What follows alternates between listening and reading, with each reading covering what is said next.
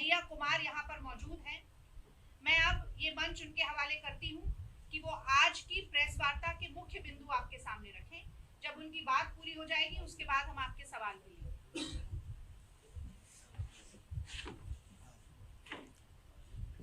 सबसे पहले तो मैं अपने सभी पत्रकार साथियों का अभिनंदन, वंदन और स्वागत करता हूं। ये अभिनंदन, वंदन और स्वागत जो है मध्य प्रदेश में आकर के सीखा हूं।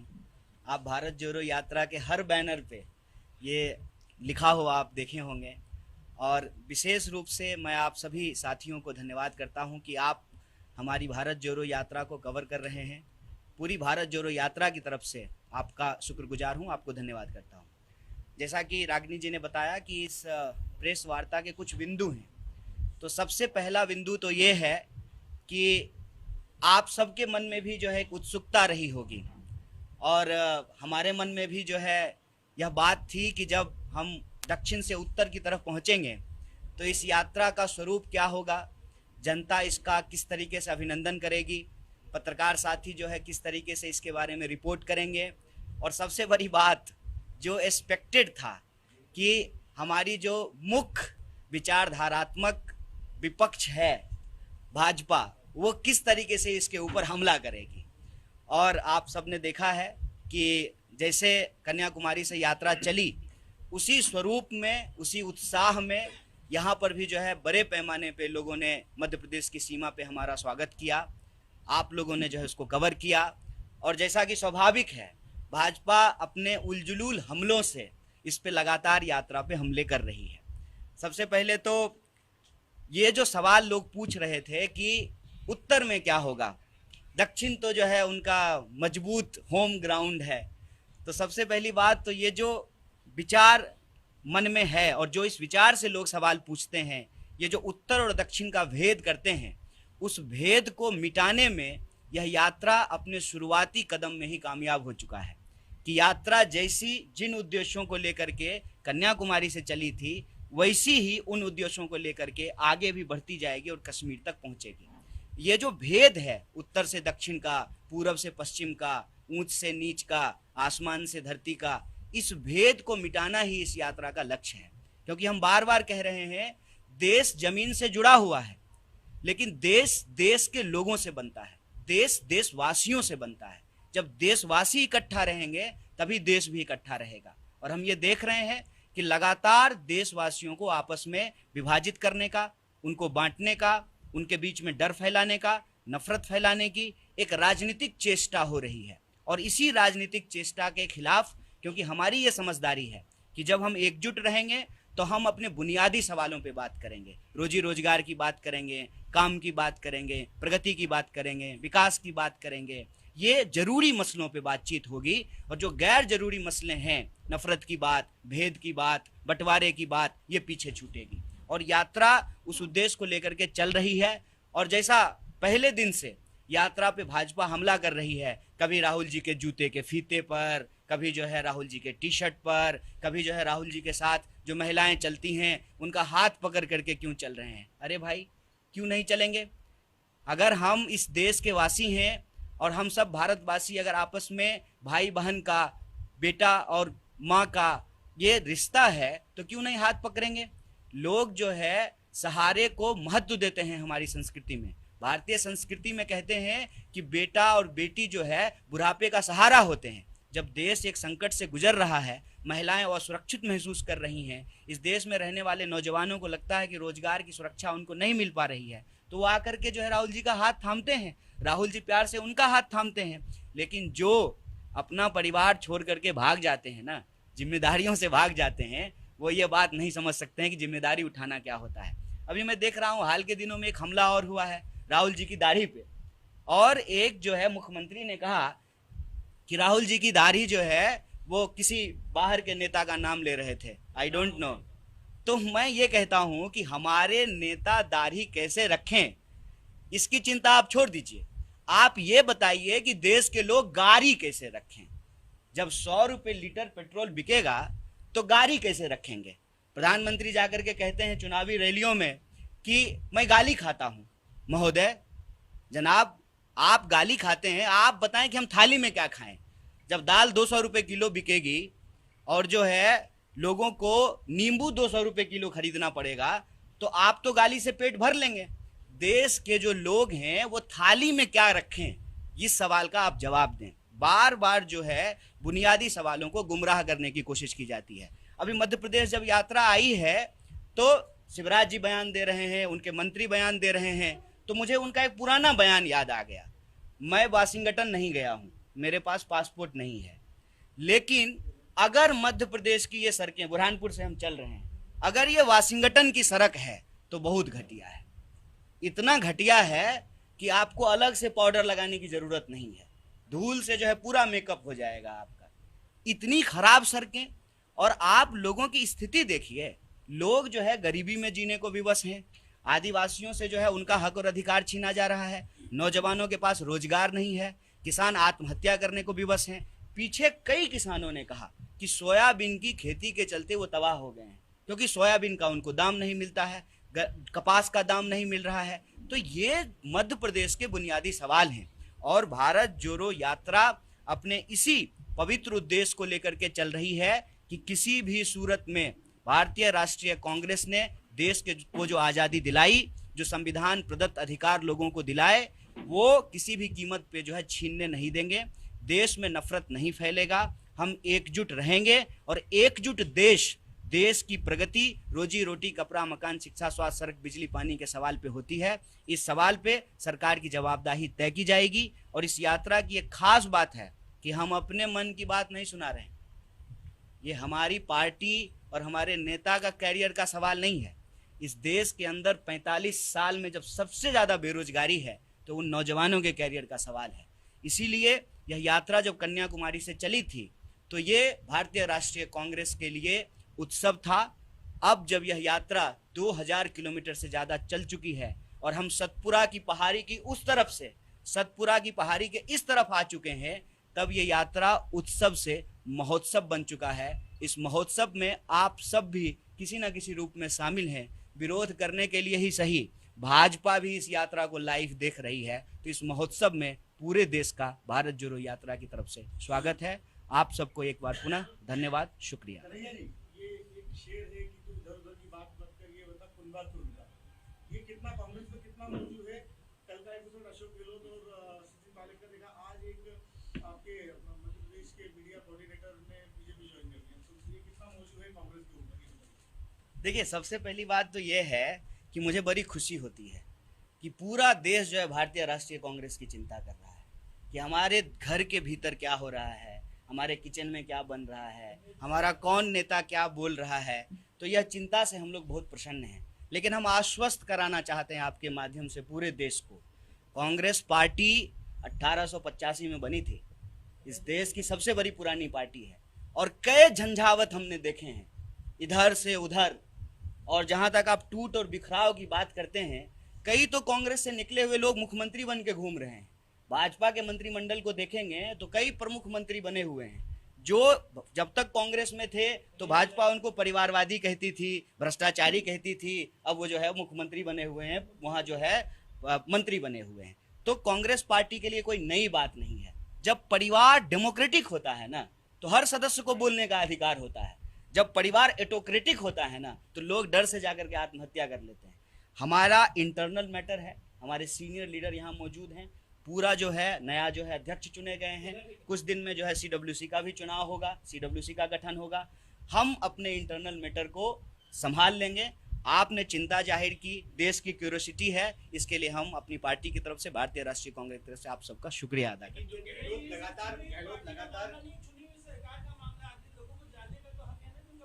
बिल्कुल हक है सर, और इसीलिए तो मैं कहता हूं जानने के हक के साथ हैं और जानने के हक के उस स्पिरिट के साथ हैं। इसीलिए जब कांग्रेस पार्टी की सरकार थी तो राइट टू इंफॉर्मेशन का अधिकार दिया गया देश की जनता को। बिल्कुल जानने का अधिकार है, कुछ भी बंद कमरे में जो है डिसाइड नहीं होता है।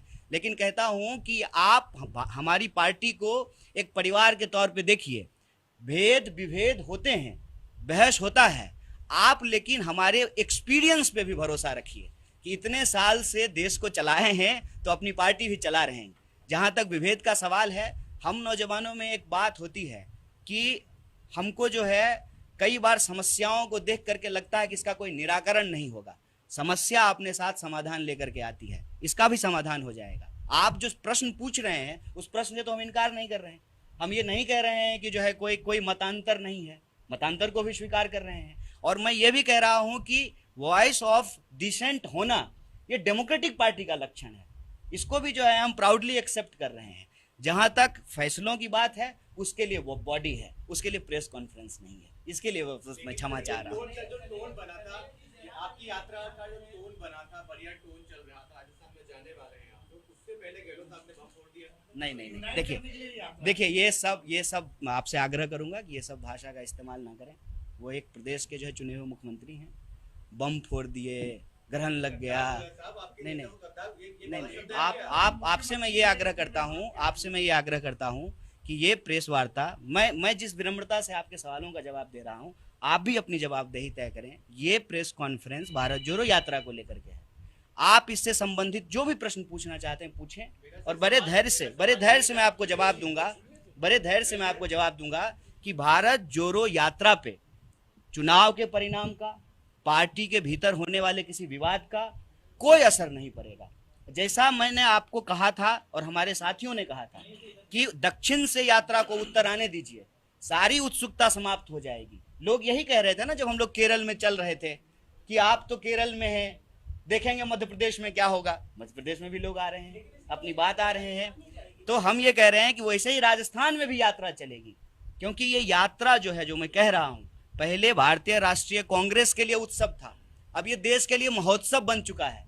इसमें उस तरह के लोग शामिल होते हैं जिनका राजनीति से कोई लेना देना नहीं है, बस उनको देश की चिंता है, समाज में जिस तरह से नफरत फैल रहा है उसकी चिंता है। इसीलिए मैं आप सबसे आग्रह करता हूं कि इस यात्रा को चुनाव के साथ, पार्टी के किसी विवाद के साथ सिर्फ वहां तक सीमित मत कीजिए। इस यात्रा का एक पवित्र उद्देश्य है, मैं आपसे आग्रह कर रहा हूं कि उसकी पवित्रता, उसकी सेंटिटी को मेंटेन करके रखिए। और यह जो प्रेस वार्ता है वो आप जब पूछ रहे हैं भारत जोड़ो यात्रा को लेकर के है, तो मैं आपके सारे संशय को दूर करता हूं कि किसी भी विवाद का इस यात्रा पे कोई असर नहीं होगा, क्योंकि यह यात्रा देश की जनता के लिए महोत्सव बन चुका है। इसमें लोग शामिल होंगे, और मैं आपको बता दूं कि लोगों के शामिल होने की जो यह सहजता है, यह जो स्वीकार्यता है, यही नेताओं को भी विवश करता है कि वो इसमें शामिल होते हैं। आप वामपंथी विचारधारा से कांग्रेस विचारधारा में आए, दोनों में से कौन सी विचारधारा को श्रेष्ठ मानते हैं? दोनों विचारधारा जो है, आप अगर विचारधारात्मक प्रश्न करेंगे तो अंतर विरोधी नहीं है। मैं आपको बता दूं, वैसे इन प्रश्न का जवाब देने का कोई मतलब नहीं है, क्योंकि ये भारत जोड़ो यात्रा का प्रेस कॉन्फ्रेंस है। अगर आप मेरे व्यक्तिगत जीवन के बारे में जानना चाहते तो हम लोग चाय पे चर्चा कर लेंगे। लेकिन मैं एक बात बता देता हूं आपको, मैं इनके प्रश्न का तो मैं आपको बता दूं कि मैं पहले भी नेहरू जी के ही संगठन से जुड़ा हुआ था, और आज भी जो है नेहरू जी की पार्टी से ही जुड़ा हुआ हूं। यह विभेद जिनको नजर आता है, मैं समझता हूं उनके नजर और नजरिए का दोष है। कन्हैया जी, एक कर्नल है इंडियन आर्मी के, उन्होंने अशोक कुमार सिंह, उन्होंने ट्वीट किया, मैं पढ़ के आपको बता दूं ताकि नहीं, आप प्रश्न पूछ लीजिए। बहुत लोग बहुत कुछ ट्वीट करते हैं। उन्होंने नगमा जी ने उनके ट्वीट को सही कहा, उन्होंने ऋचा चड्ढा ने जो आर्मी के, इससे कोई लेना देना नहीं है यार, इससे कुछ लेना देना नहीं है। सही जवाब सवाल पूछेगा। आपने सड़क की बात की, जो शासन था जब उस समय ऐसा बोला जाता था कि ऐसे जहाँ नींद खुल जाए समझ लो मध्य प्रदेश की सड़कें आ गई। देखिए, एक बात मैं आपको बताता हूं कि कल प्रधानमंत्री जी भाषण दे रहे थे और उन्होंने कहा कि कांग्रेस ने गुजरात को बर्बाद कर दिया। 27 साल से गुजरात में बीजेपी की सरकार है, मध्य प्रदेश में भी तो यही स्थिति है। आप भी जो है अभी दिग्विजय सिंह जी को याद कर रहे हैं, लगातार सरकार है और जितने वादे वो हर बार सेम घोषणा पत्र जो है ईयर बदल करके आपके सामने दे देते हैं। साहब, आपसे आग्रह करते हैं कि आज समय है सत्ता के आंख में आंख डाल करके प्रश्न करने का। इसका खतरा है कि आपके घर पे भी इनकम टैक्स आ सकता है, ईडी आ सकती है, आपके मालिक जो है जेल जा सकते हैं, लेकिन ये समय उससे सवाल पूछने का है। अगर हम यही कौन कोना खेलते रहेंगे तो सही सवाल पे तो कभी पहुंच नहीं पाएंगे। अगर कांग्रेस के शासन में सारी चीजें सही होती, ठीक है, इसको स्वीकार कर रहे हैं आपके सामने, तो जनता को कुछ तो गलत लगा ना, हमको विपक्ष में बिठाया। लेकिन आप भी प्रश्न जो है हम ही से पूछ रहे हैं, जब 30-30 साल से 27-27 साल से जो है बीजेपी सरकार बने, 27 साल से सड़क नहीं बनी है, सड़क बनने में 27 साल लगता है, 30 साल लगता है। क्यों घबरा रहे हैं सर? क्या होगा, जेल चले जाएंगे तो? डरिए मत, डरने की जरूरत नहीं है। यह देश जो है गांधी का देश है, गोडसे का देश नहीं है, इसको समझिए। आज सवाल सत्ता से पूछा जाना चाहिए, और विपक्ष से जो आप सवाल पूछते हैं तो हम विपक्ष की जिम्मेवारी निभाने के लिए तैयार हैं। अपना घर बार छोड़ करके, अपनी सुख सुविधा छोड़ करके, और जो है एक टेम्पररी गांव लेकर के घूम रहे हैं, ताकि इस देश के गांवों को देखा जा सके, उनके सुख दुख में शामिल होया जा सके, कंधे से कंधे मिला करके इस देश को बचाने की इस मुहिम को मुकाम तक पहुंचाया जा सके। यात्रा का सवाल पूछ लेते हैं। कल प्रियंका जी उनके हस्बैंड और बच्चे के साथ शामिल हुई, and together along with Rahul Gandhi together they put a very good show off unity and strength in the family. तो एक ये भी जो आप कह रहे हैं कि जो घर बार छोड़ के तो उन्होंने परिवार का एक बहुत अच्छा स्ट्रेंथ प्रस्तुत किया जो देखने को मिला। रेहान की क्या लॉन्चिंग है कह सकते हैं आप लोग? It may sound silly, but जिस तरीके से वो मिल रहे थे और ये पूरी पॉलिटिकल यात्रा लीड जारी कांग्रेस की। सर, सबसे पहली बात तो यह है कि मैं खुश हूं, और मैं समझता हूं कि भारत यात्रा से जुड़े हुए सब लोग खुश होंगे, क्योंकि भारत जोड़ो यात्रा को लेकर के अब किसी के पास भी कोई वैचारिक प्रश्न नहीं बचा है। इसीलिए प्रश्न जो है वो जूता का फीता, टी शर्ट का कंपनी, किसका हाथ पकड़ लिया, यही चल रहा है, दाढ़ी वहीं पे घूम रहा है। लॉन्चिंग की का भी आपने बिल्कुल नया प्रश्न पूछा है, अलहदा और बिल्कुल न्यू फ्रेश, क्योंकि अभी तक तो बीजेपी सर अभी तक तो बीजेपी कह रही थी कि ये राहुल जी की रीलॉन्चिंग है, तो मतलब भाजपा अब ये मान ली है कि अब ये राहुल जी की रीलॉन्चिंग नहीं है। देखिए, ये यात्रा जो है किसी भी व्यक्ति की यात्रा नहीं है, किसी भी व्यक्ति की राजनीतिक कैरियर के लिए यात्रा नहीं है। और मैं कहता हूं कि यात्रा सिर्फ राजनीतिक नहीं है, राजनीतिक भी है, राजनीतिक ही नहीं है। क्योंकि अगर सिर्फ राजनीतिक होता तो इसके रूप रंग ऐसे नहीं होते कि इसमें जो है एकता परिषद के लोग शामिल हो रहे हैं, सिविल सोसाइटी के लोग शामिल हो रहे हैं, आर्टिस्ट शामिल हो रहे हैं, पत्रकार शामिल हो रहे हैं, रिटायर्ड जज शामिल हो रहे हैं, रिटायर्ड आर्मी पर्सनल शामिल हो रहे हैं, इसमें जो है बिजनेसमैन शामिल हो रहे हैं। तो ये यात्रा राजनीतिक भी है, इसके साथ साथ सामाजिक है, सांस्कृतिक है, आध्यात्मिक है, आर्थिक है, इन तमाम पहलुओं को लेकर के चल रही है। और ये हमने कभी नहीं कहा है कि ये यात्रा राजनीतिक नहीं है। भारतीय राष्ट्रीय कांग्रेस एक राजनीतिक पार्टी है, तो स्वाभाविक रूप से यात्रा राजनीतिक भी होगी। लेकिन राजनीतिक होने का मतलब जो है सिर्फ चुनावी नहीं होता है, और किसी व्यक्ति का कैरियर लॉन्चिंग प्लेटफॉर्म नहीं होता है। इस देश के 135 करोड़ लोगों के जो बुनियादी सवाल है ना, और मैं दक्षिण से उत्तर तक आया हूं, मैं 2 प्रमुख सवाल आप तमाम लोगों को बता सकता हूं जो एकदम कॉमन है। मतलब पांव पखाड़ती भारत माता की हिंद महासागर कन्याकुमारी से जब हम शिखर पे पहुंचेंगे कन्याकुमारी कश्मीर तक, तो एक सवाल जो सबसे प्रमुख है ना, वो है महंगाई का और बेकारी का। इसीलिए इस प्रेस वार्ता में भी हमने जो 2 प्रमुख बिंदुओं पे बात की है वो है महंगाई और बेकारी का। हमको लगता है महंगाई बहुत लॉन्च हो गई है सर, एकदम जो है रॉकेट लॉन्चर से भी तेज चल रहा है, तो इस पे हम लोगों को बात करना चाहिए।